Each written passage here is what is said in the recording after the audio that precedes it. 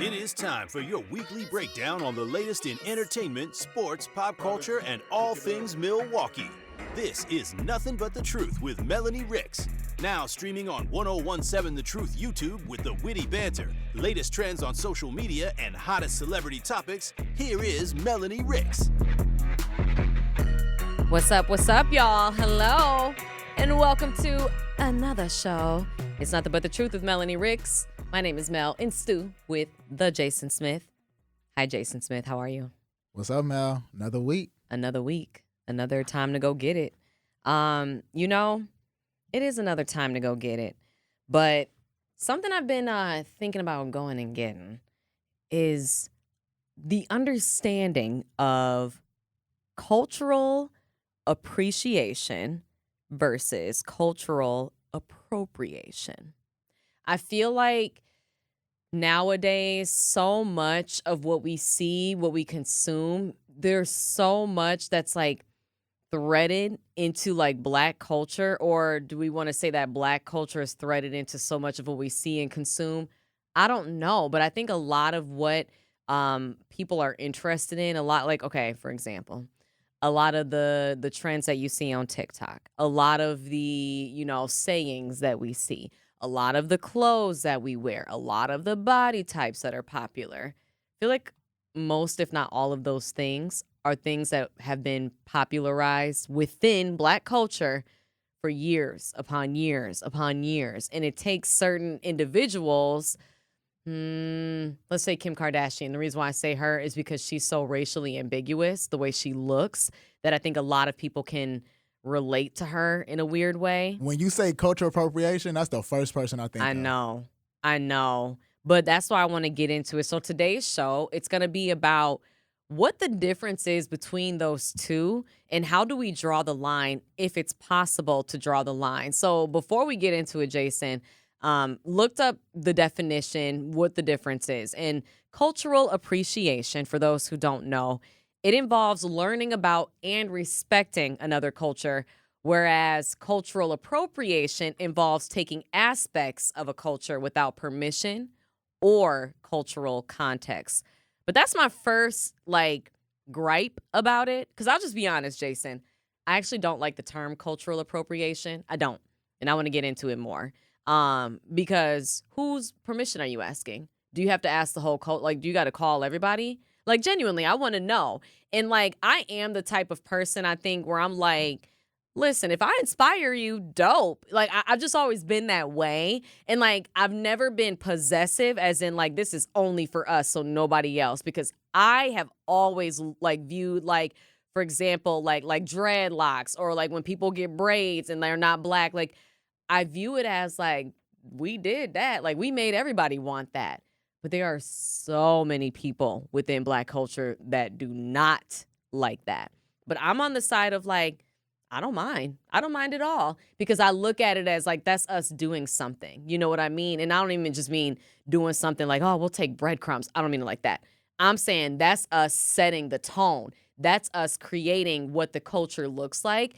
And the reason why we've been doing that is because we've always been us, because we had no choice but to be us. You know what I'm saying? People think that cornrows are just a hairstyle. That was how the slaves told other slaves how to make their way to freedom. That's how they told them the directions they needed to go to different places. That was the way it all started. That was how they carved their routes. Now, people probably don't know that side of it, as in non-Black people, and they should know that.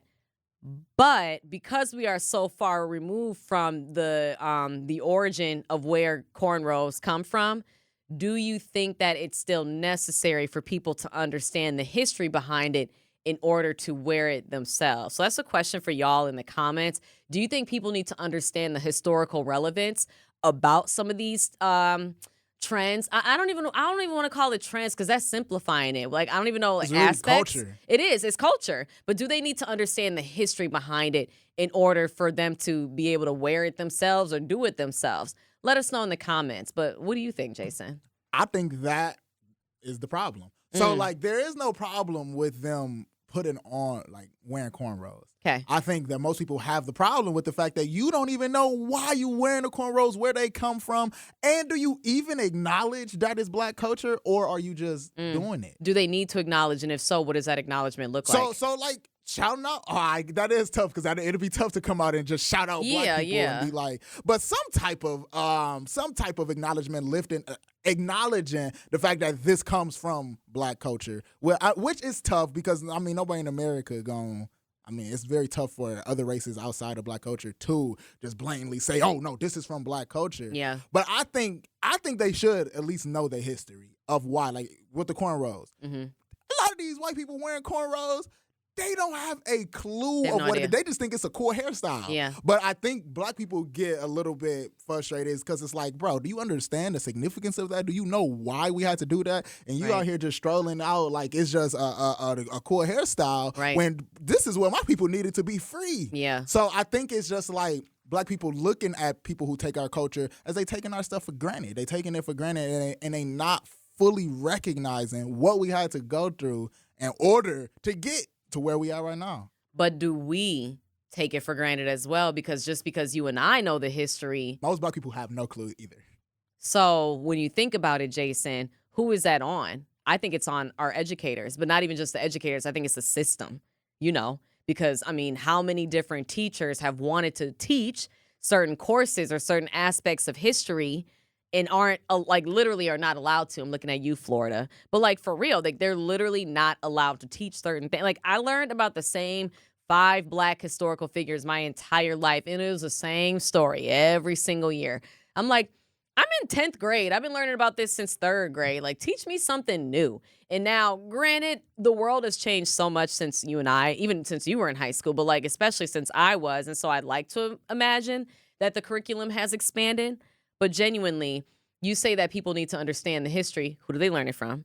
And then at what point do they give the credit? Like, are they supposed to upload a picture to social media and say, hey, this is the history behind my hairstyle, and now I'm going to wear it just so everybody, like, what does that look like? Because I understand what you're saying, but what does that look like? That's tough. That's why that is a tough thing, because like, what does that look like? I mean, how do you? So I do understand how that's tough, but you brought up a much better and bigger fact of the system and the education system. Yes. Because when we're talking about cultural appropriation, it's hard when the whole country is built off of culture appropriation. Who built the White House? Bro, if you look at the list of Black inventors in America, you will see that we've invented literally everything. Like, we've done everything. So I think that's the problem. Is honestly, we're probably not even mad at the people doing it. Right. We probably really just mad at the system. Yeah. Because it's been perpetuated for so long, and Black people still, we don't get our credit. Like I just said, I looked at the list of Black inventors. You know how many Black people have no clue that we invented everything? How many Black people have no clue that we built the White House? Right. They don't have a clue. Right. So I think the anger is more so at the educators, because like you, I learned about Malcolm X, Martin Luther King, and Rosa Parks. Yeah. And slavery. Yeah. That's it. I didn't learn about our true history going back beyond slavery, because they go to only slavery. They don't even go to our royalty, when like Egypt and all of that. They don't ever go back that far. No. So I think the frustration lies, honestly, not at the white person or the person that's not Black wearing the cornrows. It's at the system for allowing this to happen, where they won't get the knowledge, because a lot of these schools not about to teach these other people, the Black people and not Black people, the true history. So I guess it's not really their fault, the fact that it's not really the person's fault for wearing the cornrows and not knowing. I think we need the educators and the teachers or whoever to inform them. They just misinformed, honestly, or uninformed. I agree, but our education system wasn't built for us. This country, and that's what we don't understand. This country was not built for us. Like, we were brought here to make the people who built the country rich. We were brought here to do the work and they profit. We just still here. Right. And not only that, we're leading the forefront. We're leading the culture, because genuinely, and it's not about making it a race thing. This is truly about culture. It's not about race. It's about culture. But obviously within culture, there is race. Genuinely, I want y'all to try to think. Would love to hear it in the comments. One thing right now in life that does not stem from Black culture that you see in pop culture? One thing. Impossible. The first thing I think of, though, for a potential maybe a little bit, country music, but even country music, there are Black roots in country music as That's well. what I'm saying. Like, we go back, we could probably Yes. find No, a we Black can. person really started it. Well, and that's the thing, because rock and roll was inspired by rhythm and blues. You know what I'm saying? And even like the concept of rock and roll, it has evolved, but a lot of it is rooted in like the songs that slaves used to sing, you know, their way to freedom, or sing again, like the cornrows. They would sing certain undertones, or they would like change, like they would sing a verse that sounds like, you know, wade in the water, but they're giving you directions. They're saying, no, wade in the water, and then you will find XYZ. You feel me? And like now we look at that as like a baptismal song, but like, no, there are deeper roots that even we don't necessarily know about. But with that, I want to understand why it is that people get so angry, I guess, when you do see a white person with cornrows, because let's use me as an example. This isn't my natural hair. This is a sew-in. And so a sew-in, for anyone who doesn't know, essentially what you do is you braid your hair and then you sew the extensions into your hair. The top of the hair is all me, but the blonde, that's sewn in. White people could say that I'm culturally appropriated. You know what I'm saying? Like, so where do we draw the line? Because I feel like we do the same thing, but I don't consider it appropriation. I consider it, we figured out a way to have long hair if we don't have this length of hair, or we figured out a way to have fuller hair, or we figured out a way to have a protective hairstyle. Like, we look at it more like that versus, oh, we're trying to embody something from white culture. Because I don't put extensions in so that I can look like I have white hair. I do this for protective reasons, okay? My hair is shoulder length. This is shoulder length hair, and my hair is shoulder length. But this makes my hair look fuller. Like I said, it's protective. I don't have to put as much heat in my hair. But a white person could look at me and go, oh, you're culturally appropriating us. But that's not what I'm doing. But to them, it is. So why do you think it is that people can't take a certain idea from another culture and use it to apply to themselves? Because what if white people just like the way that cornrows look in their hair? Does that mean that they have to know and understand the history behind it? Do I have to know and understand the history behind the person who donated this hair? You know what I mean? Like, at what point do we draw the line? And right now, I'm keeping it pretty surface with hair. We can go deeper if you want, but I feel like there's a lot of different instances in Black culture. Taylor Swift, this woman announced the return of her Eras tour with a Sexy Red song. Taylor, do you listen to Sexy Red? Because she knew that the Swifties would be like, oh my God, Taylor and Sexy Red. And like, then if we see that, like, she's listening, like, oh, maybe we should try out some Taylor Swift. I might like her. Like, that's how it works. And who knows, maybe her and Sexy had like a thing. Who knows? As in a thing, as in like, play my music. You play my music. Okay, bet. Thank you. Like, I'm sure it's getting Sexy Red a lot more fans because of it.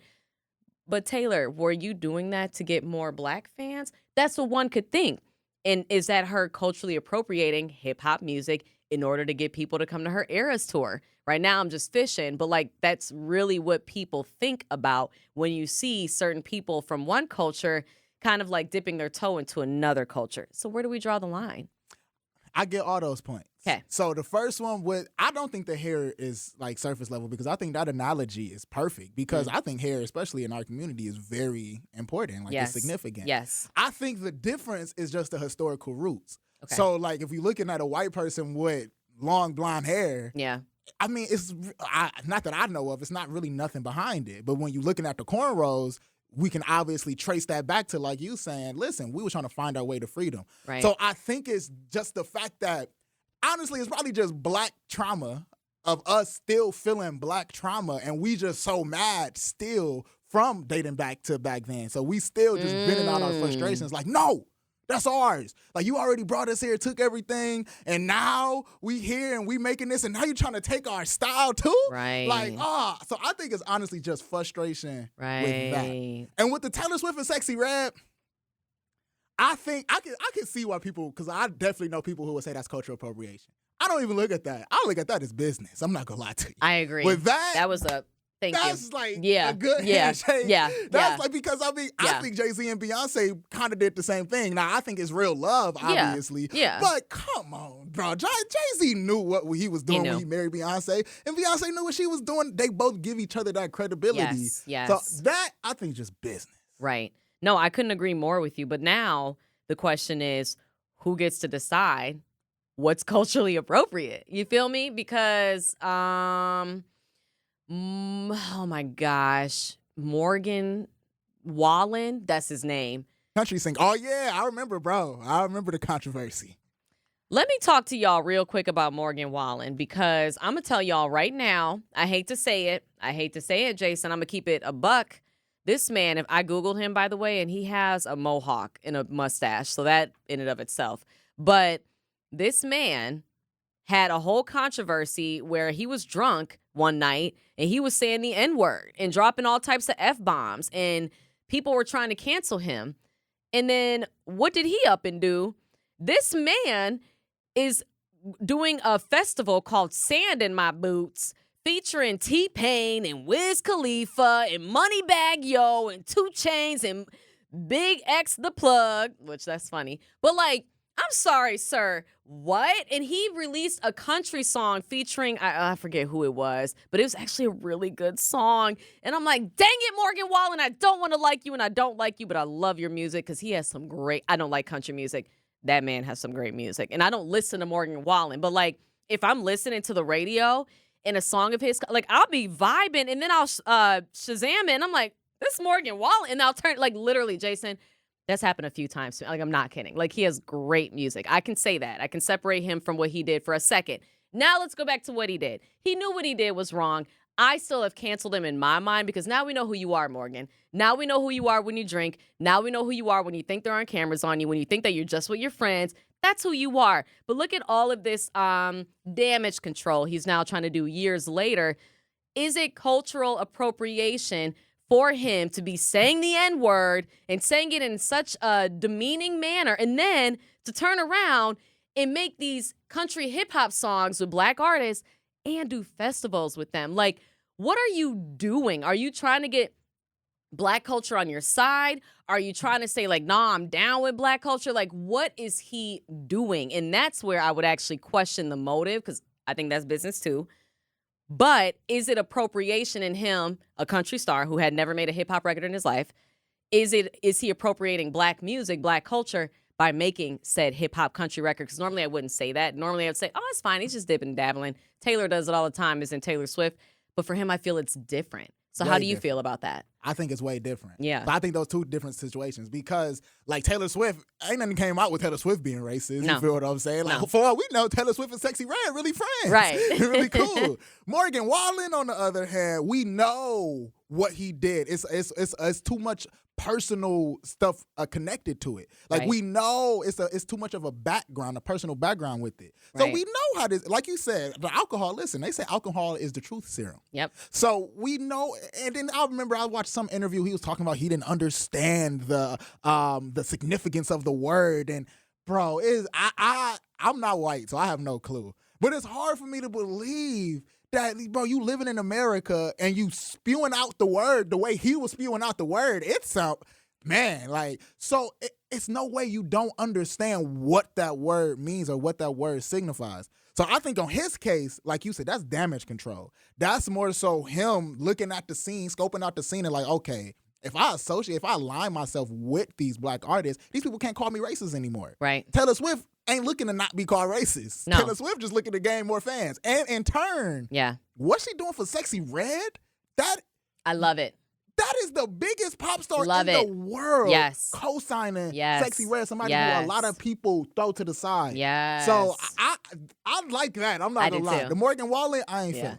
And what's interesting, y'all, is I need to meet Sexy Red, because she got Taylor Swift and Lana Del Rey backing her. Her and Lana did like some video on social media, and I think she was in a video with her. But I love that those are other women who are putting Sexy Red on, because I've always said, especially when it came to the Black Lives Matter movement, I've had several white friends who came to me during the year 2020 when, we were protesting and marching, who said, I feel like I shouldn't be out there because this isn't my fight. And to every single one, and multiple friends said that to me. And I said to every single one of them, we need you. We need y'all because this is our fight, but we can't fight alone.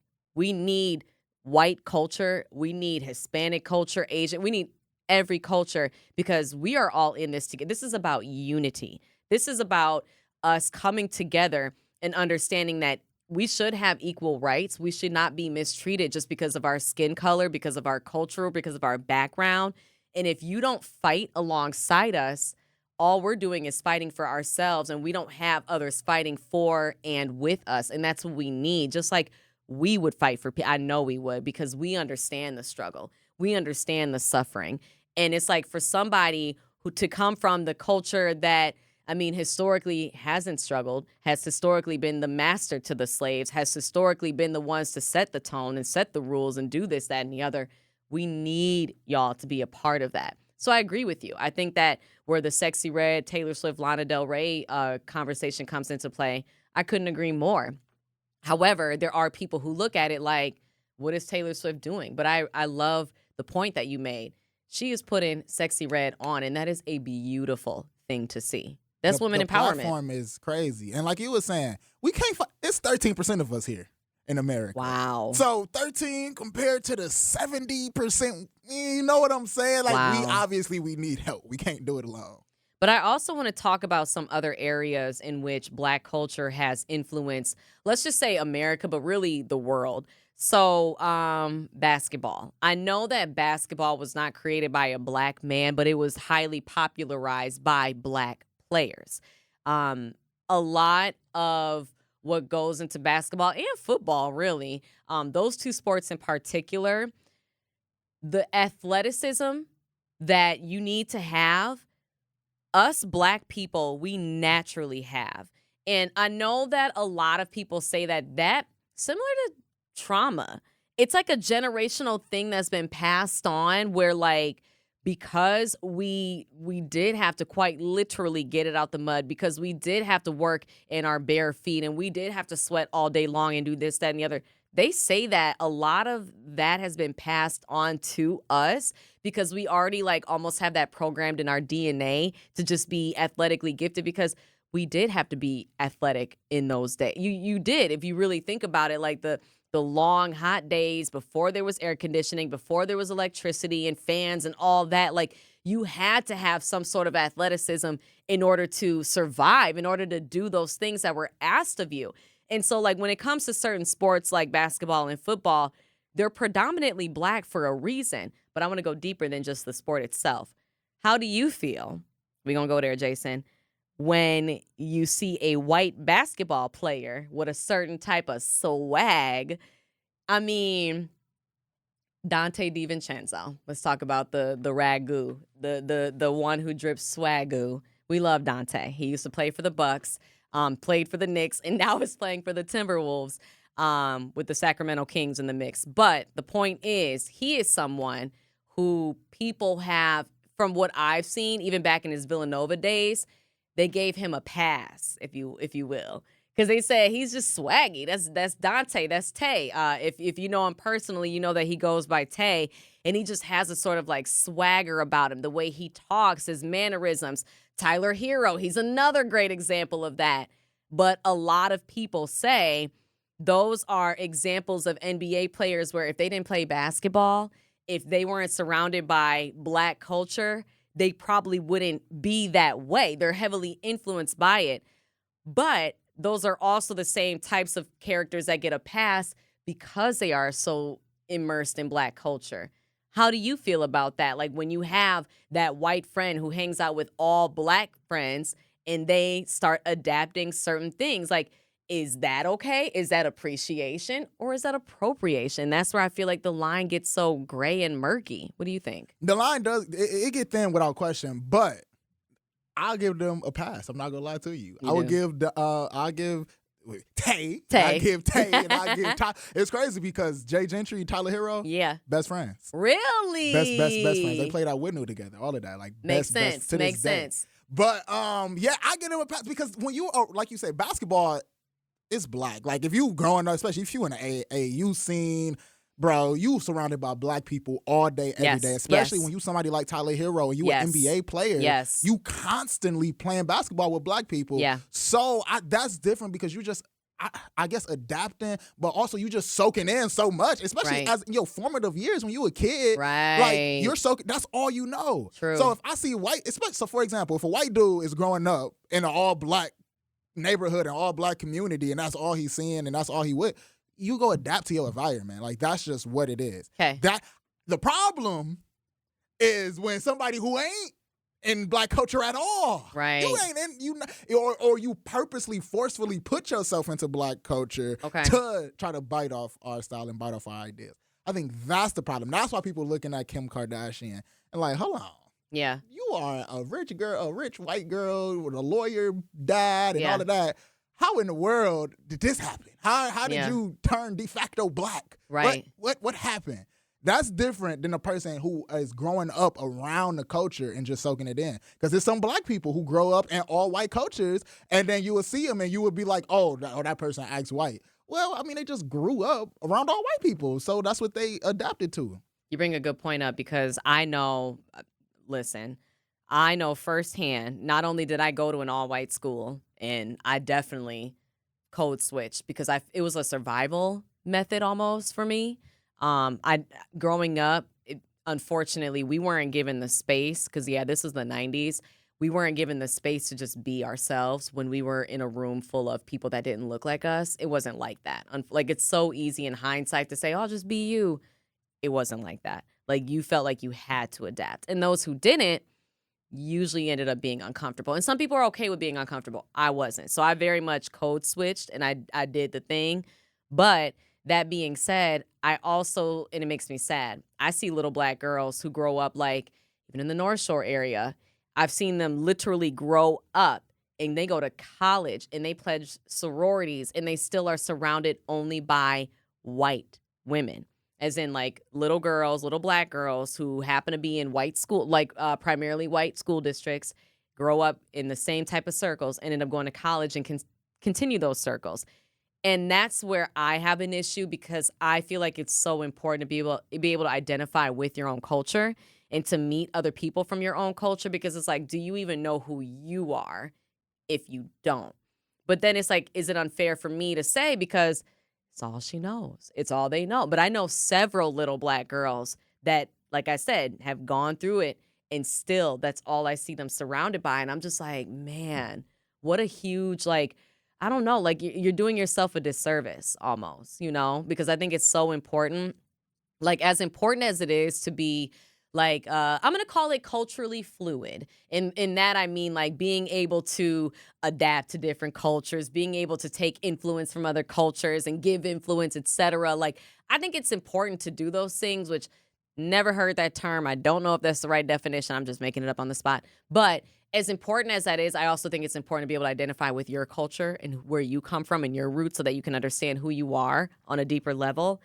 But do we, like, is appropriation versus appreciation, is that like an American concept? Like, in us even questioning this, Jason, obviously we're not the first ones to question it, but like in us even making this a debate, does that just speak to like who we are as a nation? Because, like, we're the United States of America, but we couldn't be more divided.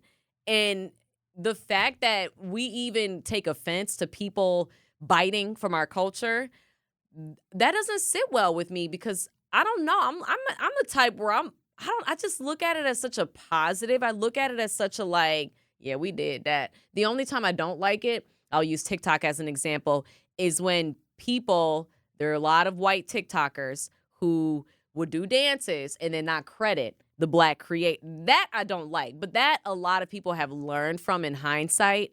That's where I get really upset about it. But do you think that that's more of like an American concept? And is that because we're so, going back to your word, we have so much generational trauma that what's ours is ours and what's yours is yours. You stay over there. And now because we're so influential as a culture, we want to make sure people know it comes from our culture. Like, do you think that's an American thing? And if so, like, why? That's definitely an American thing. Like, that's we do that here.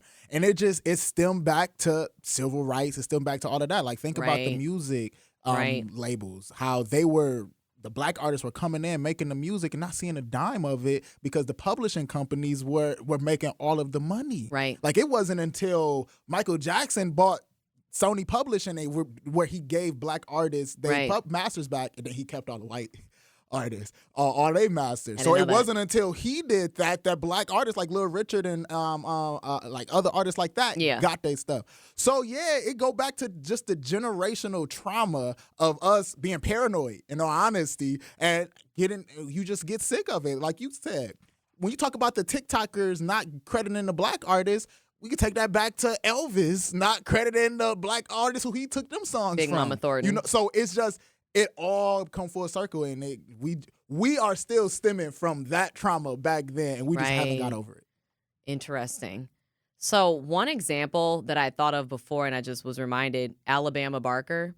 So Travis Barker's daughter, she has 2 white parents. Her dad's a rocker, and her mom, Shayna Mokler, I think is her name. She used to be a model. And now Travis Barker is married to Kourtney Kardashian. But Alabama, like, to my knowledge, didn't, like, she may have had black influence, I suppose, because I know that, like, Travis worked with black artists, etc., like Lil Wayne. But, like, she grew up in a very, what I would consider, white family. And she is so, she drips in black culture. Let's just put it that way. He's cultural. The way that she lines her lips, her body, the way she wears her hair, the way she everything about her, I'm not kidding you. I would think she was a mixed girl if I didn't know her. And so, like, I look at that, and clearly she's been very influenced, and she hangs out with a lot of black people. Nothing wrong with any of it. I want to be very clear. But to me, she's a classic example of, if this were like the 90s, people would call her, what is it called? An inside out Oreo. Because they used to say black people who act white were Oreos. You're black on the outside, you're white on the inside. And then an inside out Oreo was the opposite. And they would say, oh, she's a white girl that wants to be black. But is it that she wants to be black? Or is it that she, what do I want to say? Maybe she just connects more to black culture, even in a white girl's body. So, like, what do you say about somebody like that genuinely? Because there's a lot of black women who look at her and really do not like her because she tries to be black. But is it that she's trying to be black? Or is that she just relates more to black culture? And if so, is there anything wrong with that? Because again, I look at it as like, yeah, of course you do, because we're the best when we know we're the best. And finally, others are starting to realize that and have been realizing it. But, you know, as far as the majority goes, but is that a bad thing? I think that I feel like she more so wants black culture. Mm. But, however, when I say she wants black culture, that's kind of like saying she want to be black. Because, like, when it comes, I don't think she wants everything that comes with being black. No, You none feel of what them I'm do. saying? That's why I No. just don't think she wants to be black. Like, she don't want to have Fair. to deal with. Fair. People have no idea They what have it's no like to idea. be a black person walking No into idea. a room with all white people. No. I try to say this. I try to tell this to white people. Imagine everywhere you going, all you saw was black people. I say I'm a white person. And everywhere I'm going, all I see is black people. Every room I step in, black people. Every school I go to, all black people. Every job I work at, all I see is black people. You are going to feel different. Like, it's easy. That's why when black people get into a setting where it's more black people, it's easy to feel comfortable. You can breathe. Yeah, Like, yeah. Because you seeing your people. Right. So I don't think that she want to be black, because I don't think she want what Right. comes with being black. But I do think that she wants black culture because she know we cool. Right. We it. Right. We that. Right. And we've influenced so much. I mean, like we said, music, hair, sports. Fashion. Everything. Arts. The art. We are art. Yes, 100%. But Jason brings up such a great example. Everybody want to be black, but nobody wants to be black. I mean, it's so true. Until it's time to be black. There it is. Who said that? I don't know who said that, but that's a bar. It was Notre Dame. It was somebody. Either way, everybody wants to be black until it's time to be black. And you know what's crazy? I actually heard that on the Chappelle Show for the first time. But regardless, Jason, you bring up such a great point. So many people want to take aspects of black culture, and yet not only would they not want our struggle, they don't even want to necessarily always learn about the struggle, because I personally feel that there's so much white guilt still, like so much white guilt. And I get it. I get it. I totally get it, because I think that the way that y'all feel white guilt is the way that we feel deep hurt and pain for our ancestors. They feel guilty for what their ancestors did to our ancestors.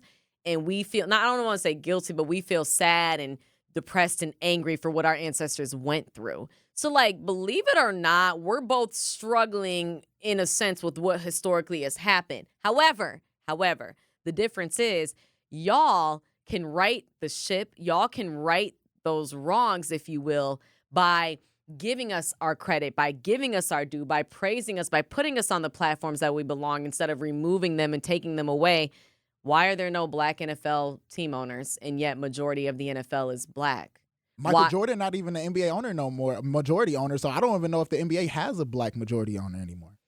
I don't know if they do. That's a great question. I know Michael Jordan was the only one. Yeah, that's a good point. But like, why is that? And why did the NFL have to create a rule that said you must interview at least one black coach? Why? Like, why are those things still happening? And obviously it's because not everybody is there where they're able to accept the fact that, like, black culture truly is so influential. Because I genuinely think, Jason, that there still are people who don't want to give us our credit. I know for a fact there's people who don't want to give us our credit. I'm trying to be optimistic here, but you're right. That's factual, 100% factual. Factual. You know why I said factual? Because I was thinking blacktual. But like, yeah, to his point, there are people that don't want to give us our credit. And hopefully eventually we'll live in a world where people do. But I think that for those who don't want to give us our credit and say, why do y'all need that credit? Because we have been here. We have been the pioneers. We have had boots on the ground. We've been creating the trends. We've been the ones paving the ways and doing these things and being of service and being nice and, you know, playing second fiddle and just like all these different roles, all these different archetypes, while y'all just get to sit pretty and be the leaders, be the owners, be the GMs, be the executives. And yet we're doing just as much, if not more work. And we can't, I'm sorry, make it make sense. So like, I just feel that eventually we will become that nation that we claimed to be so many years ago, which was the United States of America. I don't think we are that right now, but I do think a lot of it comes from cultural appropriation versus appreciation. And I do think that the appreciation for black culture in particular, it's just not at a majority. And until it is, we're going to continue to call out people who do appropriate. And that's just how it's going to be until you decide, you know, I guess at an individual level, but then eventually at a national level, to make that conscious decision to understand the culture, understand the history, and pay homage to it in a way. And sure, we may not be able to tell you right now how you can do that. I asked Jason when we started the show, how is it that people are supposed to give credit or supposed to show that appreciation? He didn't know how to answer it. I don't know how to answer it, but you can figure it out. Y'all There's a gotta way. figure it out somehow. Hey, listen, y'all could call. Listen, if y'all could cause all this, y'all could figure a way out of it. Just saying. It's possible. Let us know what you think. Do you think that there is a difference? Excuse me, not even do you think there's a difference. What is the difference, in your opinion, between appropriation and appreciation? There's obviously the textbook definition, but who gets to decide when something is being appropriated versus being appreciated? And will there ever be a point at which we can dismantle the idea of cultural appropriation? Because I do think that it's always going to be situational. I think it is going to be subjective, but I would love to know your viewpoint. And not only that, can you share your thoughts and experiences with us regarding cultural exchange, cultural appropriation, and maybe even artists in which you feel like they have shown appreciation for the culture? An artist that comes to mind, Eminem. He is somebody that has been welcomed into black culture, and he is someone who has always shown love to black culture. Dr. Dre gave him his start, and then he gave 50 Cent his start. I mean, you know, and Eminem is somebody who pays it back and then some. He takes care of his people. I grew up, Eminem was my favorite rapper. I don't care what nobody say. Eminem Facts. already admitted. He said in the song, White America, if I was black, yeah, I would have so have. I understand that. But I still would have, half of Eminem is the biggest selling hip hop artist of all Right. time. Half of Eminem, he's still the biggest selling hip hop artist of all time. So we got to understand that. And what he did for Dr. Dre, like he said, every black fan that I got is from Dre, and every white fan that Dre got is from Eminem. He like, dang, we done swapped. That part. So shout out Eminem. And he another person, bro, he grew up in Detroit with all black people. Come on. Literally. Let us know your thoughts. It's definitely always a continual conversation to have. Cultural appropriation versus cultural appreciation. Where is the line? Who draws it? And who is the one that defines it? Really appreciate y'all very much. Let us know your thoughts in the comments. Jason, always appreciate you. I feel like we always have such great conversations together. Until next week, hope you guys have a wonderful rest of your day.